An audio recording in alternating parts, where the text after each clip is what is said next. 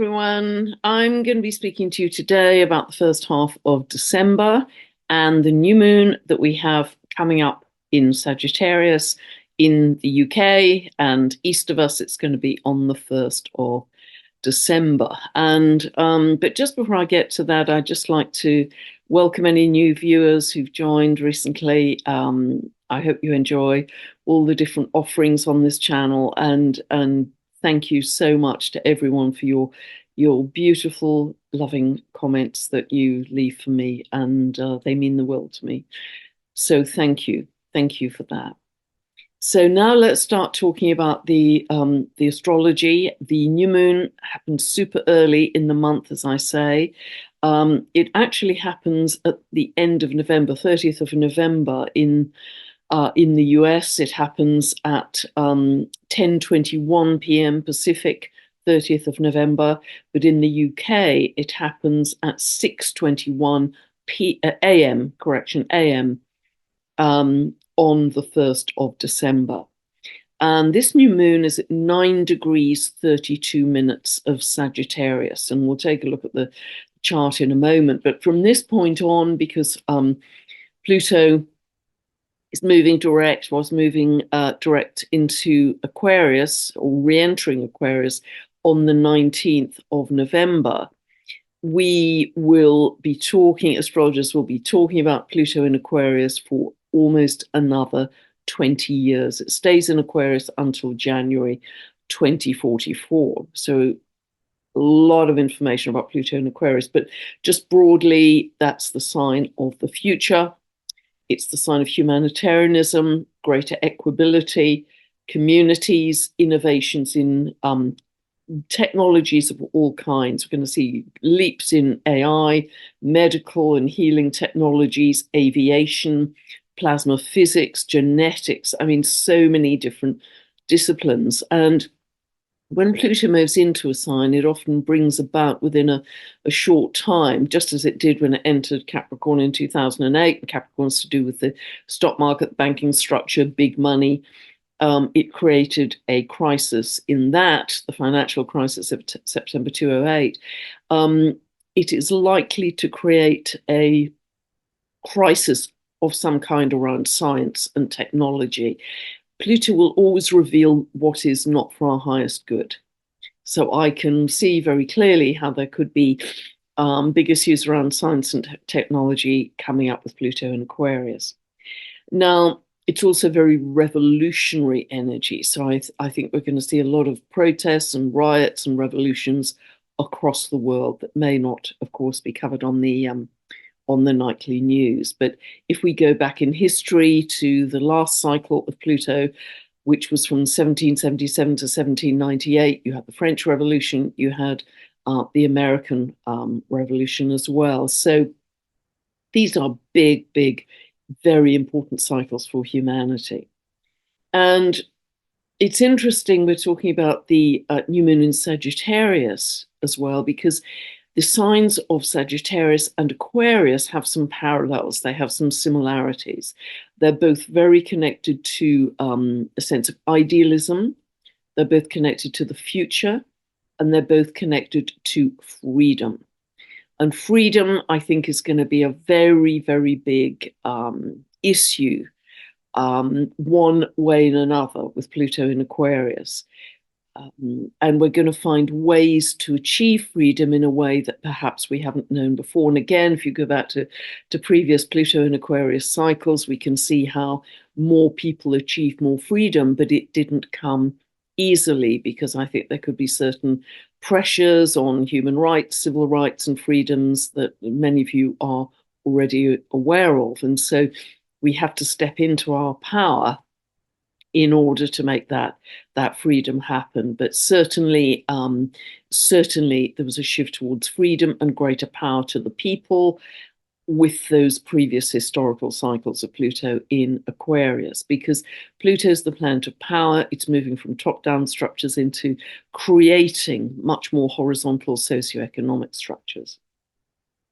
So Sagittarius is the sign of optimism, hope, truth, travel, It's connected to the law. It's connected to Sagittarius. Spontaneity and adventure. Yeah, let's go do it. Let's sleep on a plane. Let's go off to India. Let's go do it. And it's about new horizons and constant learning, constant self-improvement. So it's a very expansive energy because it's ruled by Jupiter, the planet of expansion. So look to where 9 degrees 32 minutes of Sagittarius falls in your own chart. And because that will signify the area of life where you're likely to have a new beginning. And if you don't know what I'm talking about, you can download a free birth chart from my website. Go to the link below. You can get a 2-part video series that will take you to my store, and you can watch that to infinity. And it takes you from 0 to really understanding the basic orientation of the chart, of your own birth chart, so you can understand what every update I offer means for you. It's not a birth chart analysis. These are teaching videos. So, but many people have got a great deal of information and joy from those. So, and the link for those is below. It's interesting that this new moon at 9:32 Sagittarius is conjunct the US ascendant.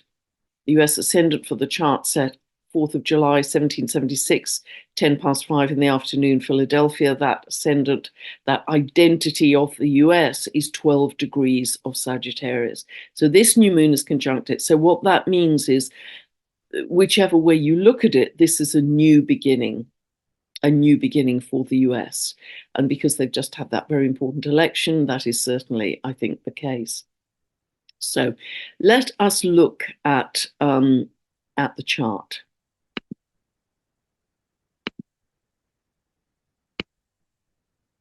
So as always, I set this for England. This is where I live. And with a new moon, you always have the sun and moon exactly together, which we have here, 9:32 of Sagittarius. And the Sabian symbol for this new moon, Sabian symbols were downloaded by a very gifted medium called Elsie Wheeler in the 1930s. And for every single degree in the zodiac, she downloaded what she called a Sabian symbol. But you have to move up to the next degree to read the correct Sabian symbol. So the Sabian symbol for 10 degrees of Sagittarius is a pivotal moment. I think we can all agree that. And a golden-haired goddess of opportunity. So very positive. And with Sagittarius, this is a mutable fire sign. So we have this sense of vigor and moving forwards, very expansive energy. And we also have, if we look at this new moon, sun and moon together, and we look at the position of Mercury, the point in space called the Great Attractor is at 14 degrees of Sagittarius. So the Great Attractor is at the midpoint of Mercury and the new moon here, which suggests that this is a very powerful time. The Great Attractor, the expert on this, the astrologer and researcher I always recommend to you is Philip Sedgwick. I'll put the link for this below. And the Great Attractor is this massive gravitational anomaly in space. It can bend light. It's so powerful. It sucks thousands of galaxies in its wake. It's moving backwards at a speed of 600 kilometers a second, and it is immensely powerful with electromagnetic energy. And this is also with which we create our world as well. So that suggests this new moon is very powerful for us. Now, the ruler of Sagittarius is Jupiter. Jupiter is still in Gemini here. It doesn't move into Cancer until June next year. And Gemini is to do with ideas, information, facts, social media. So because Jupiter expands wherever it is, there's this sense of an awful lot of information coming in at us. And also Jupiter is opposing Mercury here. So there's some very strong opinions here. when you get strong Jupiter-Mercury signs, there can be strong opinionation, people holding very strong views. And I think we're certainly seeing that in all kinds of directions right now. But it also suggests almost, again, too much coming in, a kind of overload of information coming in. So again, turn inwards, drop into your heart, drop into your own knowing, because otherwise it's very easy to get overloaded here. Jupiter also is about the law and justice and truth, similar to Sagittarius, which it rules.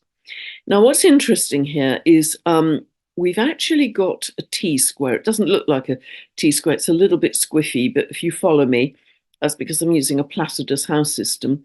Jupiter is exactly square to the degree to a dwarf planet called Orcus at 17 degrees of Virgo. Now, Orcus in myth was the god, the Etruscan god of the underworld. He punishes oath breakers, those who break sacred law and violate their sacred oaths, and he takes them down to the underworld to make them face the truth. This is the myth of Orcus. So again, we have issues around justice and truth. And we also, in this T-square, have Saturn. Saturn's a little bit wide here, but it's still operational at almost 13 degrees of Pisces. Now, this Jupiter-Saturn square is really running until June next year, and I've made a separate video on that, so I'll put the link for that below. Wherever Jupiter is moving through your chart, that house area is a house where the associations of that house tend to expand or become more successful or become more abundant, or you become more recognized in that area of life. And it stays in each house area for about a year. Saturn is where we have to put the hard work in, we have to focus, we have to concentrate. But in this, it's interesting, Saturn is also to do with morality and integrity. And the Jupiter-Saturn combination, and of course we had that very important, what was called the Great Conjunction on the winter solstice, the Capricorn solstice, December 2020. This is about setting up the new values, the new zeitgeist, the new kind of morality and integrity for the coming times, the next 20 years since that conjunction, until the next conjunction from the end of 2020. So it's very interesting that we have in this T-square here issues coming up around morality, integrity, having to respect sacred oaths and punishment if we violate them, all around truth and justice.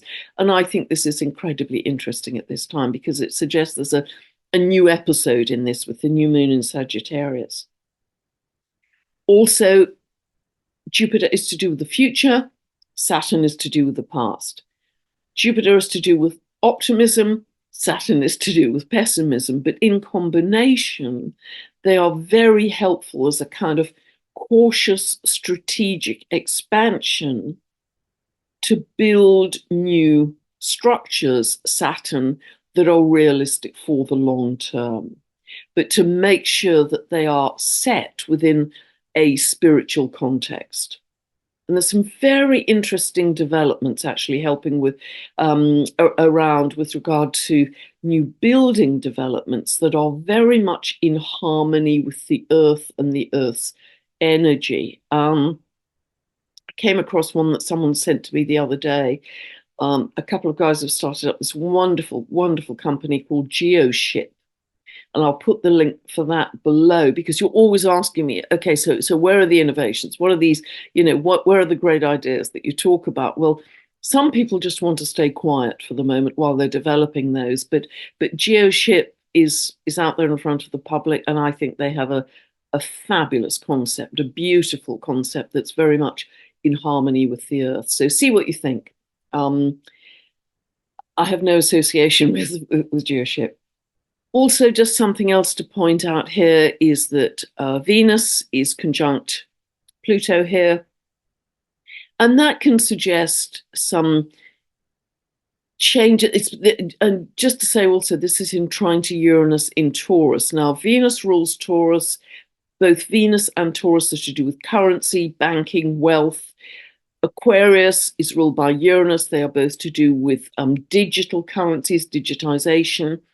And certainly these aspects suggest some changes in digital currency. And I understand in the last week or so, there's been a big bounce in currencies like Bitcoin. And we're going to see volatility in various areas of finance going through, but it's interesting that has increased in value in the last few days. So that's the kind of thing I'm talking about. But going forwards, as I've mentioned, I think we're going to have much more decentralized currencies, local currencies, micro currencies even. They are all going to come. They are all going to come on board as well. And in general, as we move forwards over these next 20 years of Pluto in Capricorn, I do believe we're going to see greater equability in wealth than we have had in the recent past, where it's been very top down, rich at the top, poor at the bottom. It's going to be more even. And that's going to take a bit of time, but that's okay too. Now, we also have this opposition between Mars and Pluto. That was exact on the 3rd of November. It's exact again on the 3rd of January. It's exact for the final time on the 26th of April. So this is going to be a running thing. Now, in one sense, it is individual will, the individual versus, and the individual power versus state power. It's that battle. And, we can see that very clearly feeding the revolutionary energy. Leo is one of the signs, along with Aries, that are most associated with sovereignty. And I think a better expression of this, rather than necessarily the battling energy, is that real incorporation of sovereignty, of inner authority, of stepping into our power. And this is going to be a drum I'm going to keep on banging. Probably for the rest of my days, about the importance of that, because we've never really known that in this lifetime, or many lifetimes. We've never been encouraged into that. We've never really known it. So this is one of the major parts of our mastery as we move forwards. Another thing to mention here, Uranus is in what's called a quindicile, this little Q here, which is a 165-degree aspect, very, very tight aspect. You can only use a 2-degree orb to either side. This is really bringing in this more revolutionary energy, this sense of idealism, this sense of freedom being vital. And remember that Uranus is the planet of awakening. I think we are going to have big revelations, which are going to lead to awakenings for people, big aha moments of, oh my goodness, I had no idea, as truth comes to light. We also have Neptune coming very close to the North Node. Actually, from the 7th of December, Neptune starts to move direct, and it keeps on going until I think it's late March, if I'm not. I think it's late March, yes, late March, 30th of March, it moves into Aries, and that's a big moment. But even before that, Neptune comes to conjunct the North Node exactly on the 2nd and 3rd of February next year, 2nd and 3rd of February. And by that time, the North Node will have retrograded, because it always moves retrograde, into Pisces. And I'll do a whole separate video on that, because when the nodal axis moves into a pair of new signs, that's an 18-month period of time in those new signs. And coming together with Neptune, the ruler of Pisces, which is it's already operational, but it will become stronger from January when the North Node retrogrades back into Pisces. This is reconnecting us to our sense of oneness, to the divine, to source, to healing, and to the sacred. This is going to be, I think, very, very beautiful for us to experience as well. Also, to say on the 6th of December, just the day before that, Mars moves stationary retrograde. But by the way, just before I finish on Neptune, on the 7th, several days to either side, because the symbolism will be magnified when it changes direction and moves direct, we could see more flooding then. We could see more water issues. They could be around toxicity, pollution, tsunamis, flooding, because particularly we're now in winter in the Northern Hemisphere. We've already seen a lot of flooding when Neptune has become prominent in the astrology. So I do expect to see that. So kind of plan accordingly. Mars moves stationary retrograde on the 6th. And when a planet is retrograde, it is actually closer to the Earth. And it's going to stay retrograde until the 24th of February.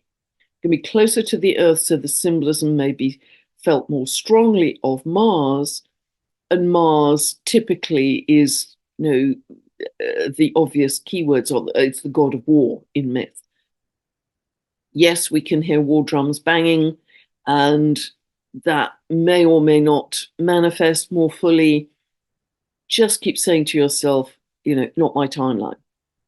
Not my timeline, because I'm creating something much more loving. And remember how much, if we shift to those positive emotions of peace, love, joy, compassion, how much we can change the trajectory even of war. If you read Lynn McTaggart's wonderful book, The Intention Experiment, I've often referred to it, brilliant book. In that book, and she's very kind of scientific in her method, she did a whole period of meditation with a large group of meditators focused on the violence at that time in the Middle East. And she had a control area, and she did it for a set period of time. And she actually proved that she reduced violence in that particular area of the Middle East for the period that the meditators were meditating through. So, and we have so much evidence for this kind of thing now. I mean, again, Lynn McTaggart on her website has a tab saying evidence for all the mass meditations that she organizes. So just really know this is part of our mastery as well. As we move into this era of Pluto in Aquarius, Pluto, the Aquarius is the jaggedy two lines. That's about frequency and energy. Everything has always been created by frequency and energy from the invisible. We haven't really fully understood that, but we are going to understand it going forwards for sure.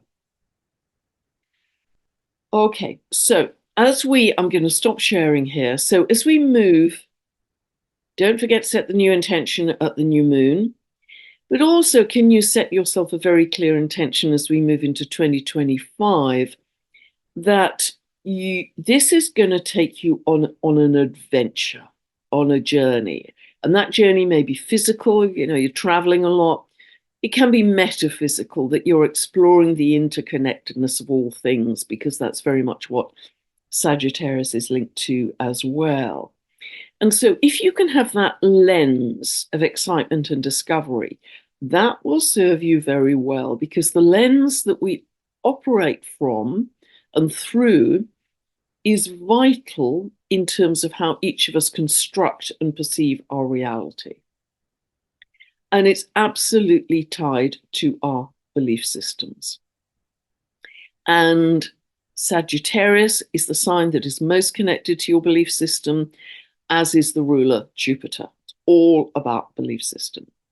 Now, belief systems are absolutely fundamental in terms of how we operate in life, because we will always see our world, our individual world, through the filter of that belief system, together with our level of consciousness. If we have a higher level of consciousness, it will work out more optimistically. If you've got a lower level, clearly it won't work out so well. But what your belief system will do is arrange and present reality to you, so you have constant evidence of your beliefs all around you.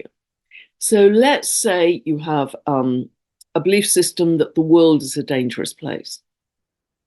That will determine your focus And you will be able to find 10 tons of evidence of look at the gun crime statistics, look at the violence, look at the burglary, look at the escalating war. You'll be able to find lots of facts and evidence and proof of your belief systems, which will entrench you into that view of the world is a dangerous place. Or if you feel that the world is a loving and abundant place, and that's your belief system, everywhere you look, you're going to see that. Everywhere you look, you're going to see the beauty of nature. You're going to focus on the bird song. You're going to focus on the beauty of flowers all around you in spring. You're going to be excited by the evolution that we're going through at the moment, the joy of human connection.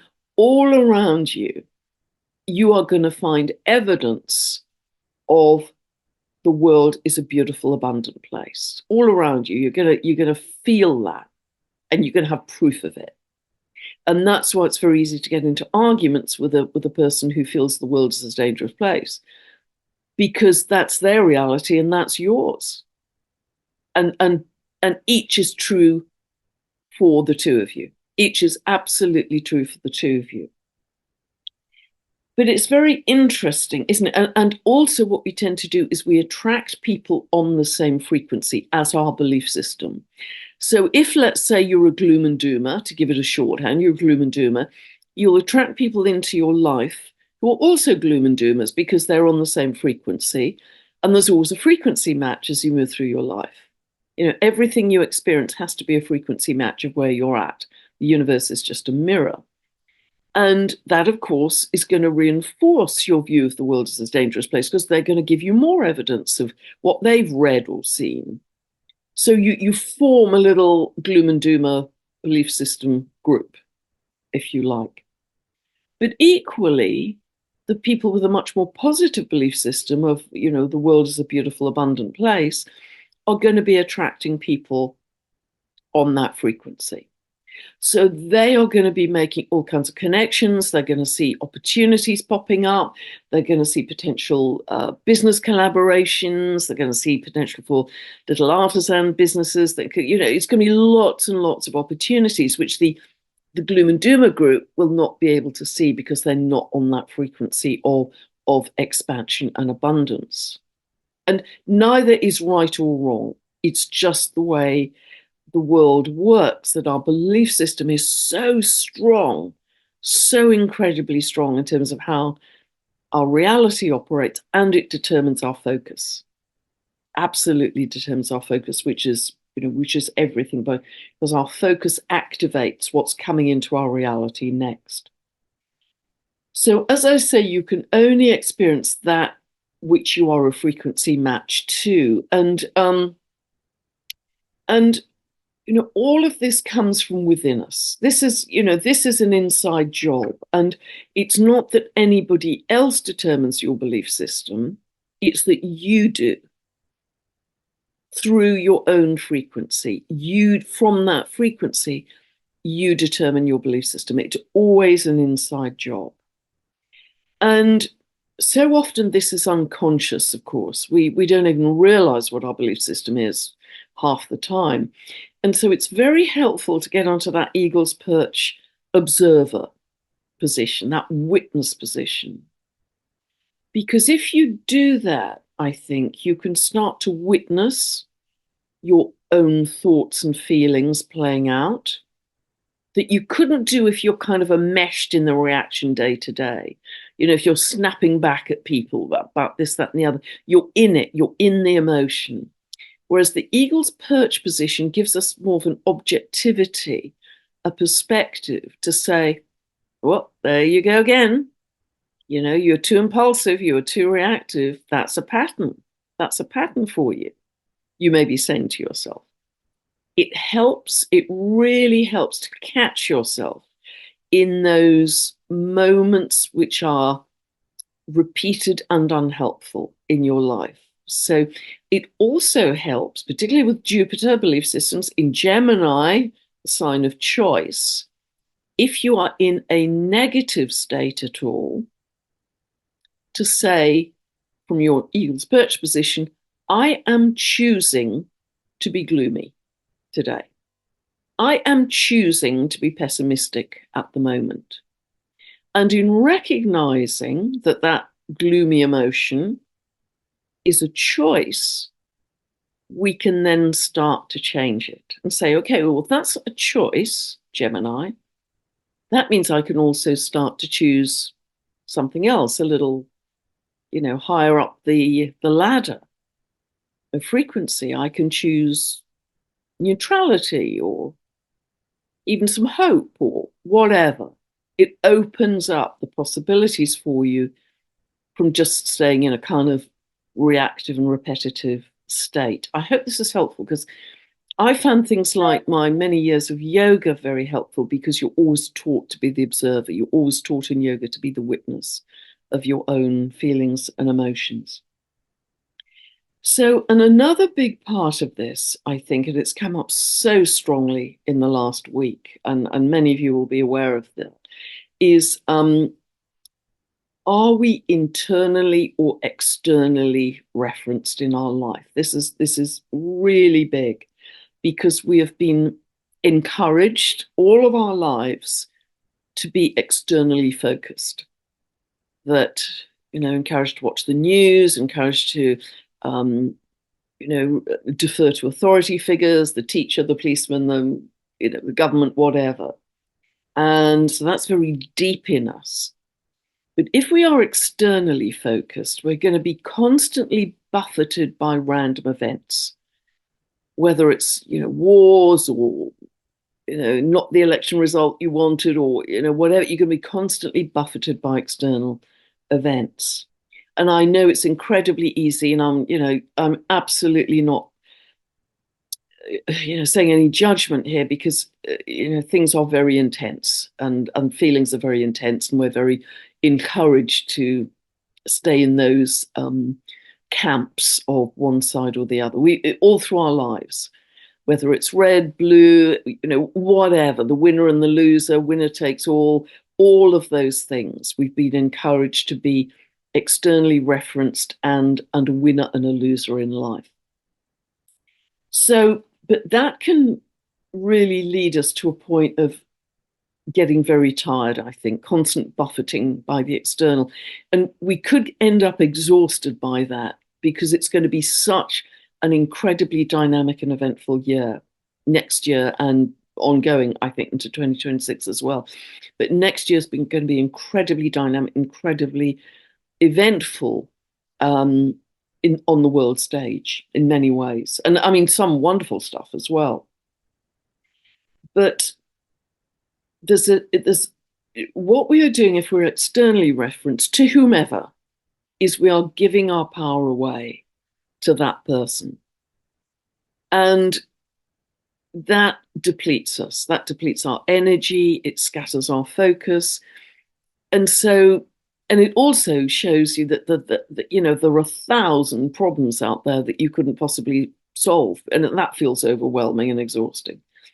And I've said these things many times, but it's just come up so strongly in the last week that I just feel I have to mention it again. It was, if you are internally referenced, and, believe me, I'm living in a country where leadership isn't a bowl of cherries, let's just say that. But I will give that zero attention. I will give that zero attention, because the last thing I want to do is feed what I don't want. So I can still, on my morning walks, sit in bliss in an ancient woodland. I can still. So what's important, if you are internally referenced, you can choose emotions that go beyond the apparent current external reality. Whatever's happening with your government, that you can still choose to be in a state of bliss, joy, love, peace. You are overriding, and this is part of our mastery, I think, you are overriding the apparent current external situation, because you want to create something so much better. This is what we're doing in our free 15-minute Sunday meditations every week. And it's just, and you know, this is such a simple analogy, but it's a really helpful one. It's just like on your radio, there could be 40 potential radio stations. There could be a hard rock, there could be a shouty, political, divisive station, etc. But you choose joy. As your feet hit the floor every morning, you could say, I choose joy. So I'm going to listen to the radio station of joy. And all those other stations are accessible from the radio, but I'm not tuned into them. I'm just tuned into joy. And that's how I'm going to live my days. And I know this, and I know I've said it before, and I know it's very simple, but I still think it's helpful because that's in my simple bumpkin life. This is how I live my days. I will dominate my days with the emotion I choose because I darn well know that if I listen to the news, it will take me to a different place, which is a much lower frequency. Even though all of those different timelines and emotions are available to me, I'm not going to choose them. I'm going to choose something higher and better than the current reality. So your belief system will override, your frequency in your belief system will override the current prevailing situation. I think that's really important. Also, the other thing is when you're on your eagle's perch, you don't judge really because you're just objective. And so that takes you beyond the polarity because judgment, you have to be in judgment to move into polarity, the I'm right, you're wrong. And so the eagle's perch position helps us to diffuse that, to go beyond the polarity. Because if we're in polarity, it's very hard to get to unity consciousness, where there's no judgment, there's no polarity. It slows it up. So, and many of you have listened to a really, it was a great spontaneous conversation I had with Richard Rudd last week. It was really exciting because we hadn't rehearsed it. We were just, off we went. And that bigger picture, which Richard beautifully painted, and it was reinforced by the astrology, we were looking at the really big picture. I'll put the link for that below so you can have a listen. We were looking at the really big picture of 200,000 years, 24,000 years, 12,000 years, 11,400 years. We were looking at really big picture stuff.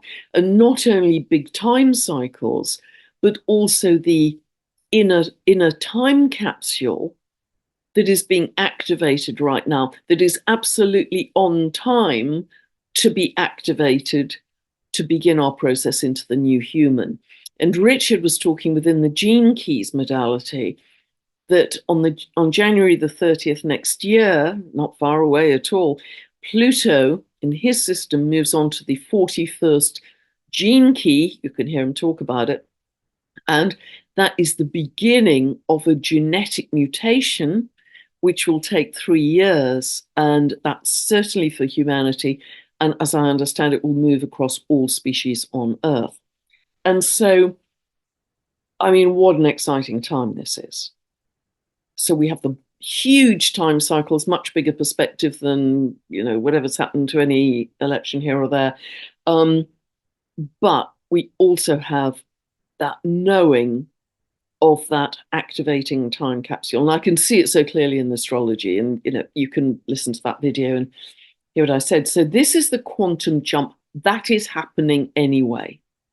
Whatever's happening at 3D, this quantum jump is happening anyway.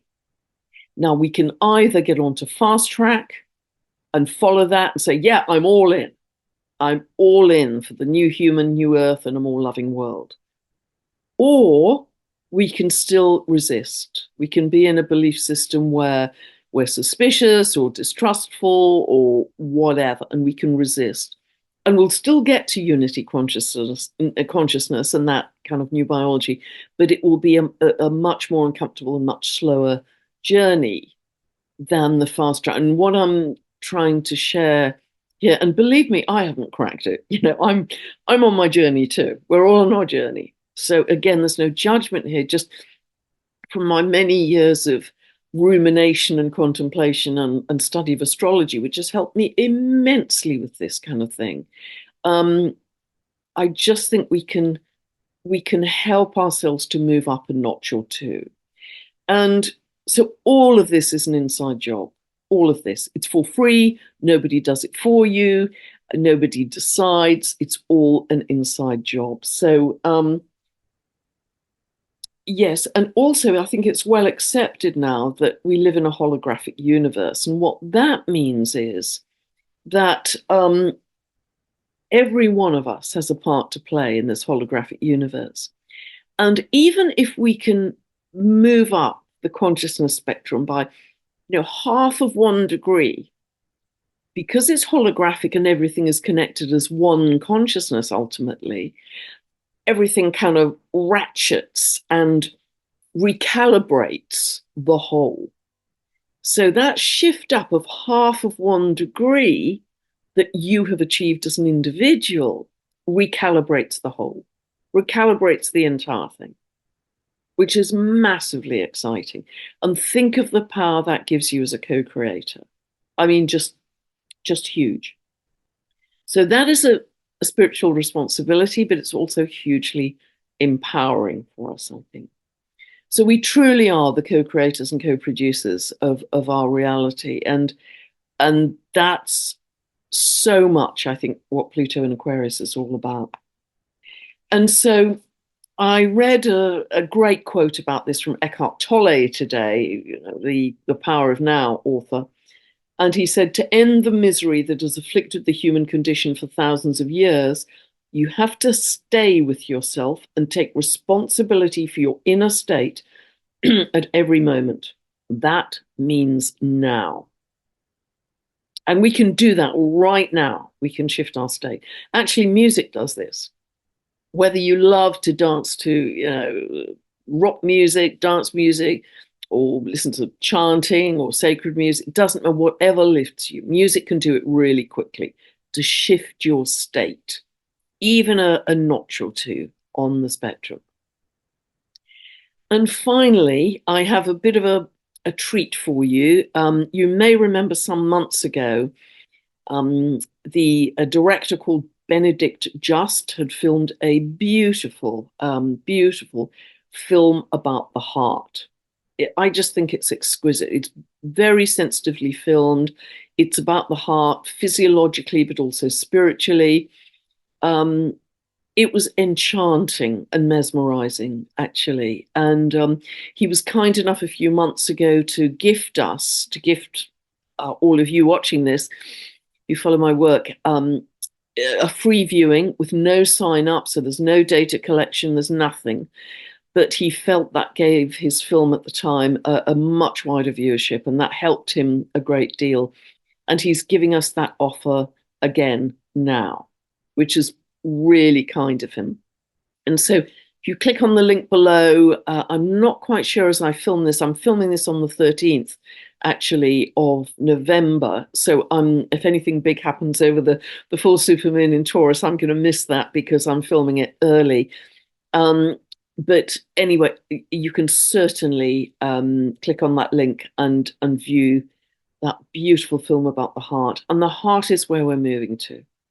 We're moving out of the information age. We're moving out of the mind. We're moving much more to the heart. And we're going to discover esoterically and spiritually so much more about the heart and how that is our direct connection to the cosmos. And that's going to help us immensely going forwards in reconnecting to our galactic family as well.